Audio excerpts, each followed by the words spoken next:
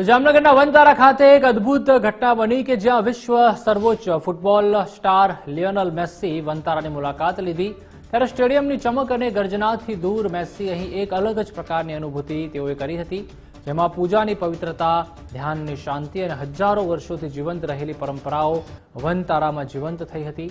મંદિરમાં ઘંટનાદ વચ્ચે વહેતા સંસ્કાર અને વિધિઓ ભારતની એવી સંસ્કૃતિને ઉજાગર કરે છે જે શ્રદ્ધા, ચિંતન અને જીવન સાથેના સુમેળ પર આધારિત છે।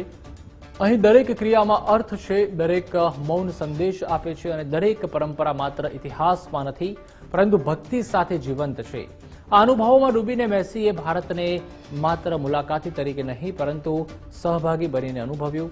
વનતારા માત્ર એક સ્થળ નથી રહેતું, તે બે દુનિયાઓને જોડતો સેતુ બની જાય છે, જ્યાં રમત આત્માને મળે છે, વૈશ્વિક પ્રતિભા પ્રાચીન જ્ઞાનને મળે છે અને માનવ મૂલ્યો પ્રાધાન્ય પામે છે।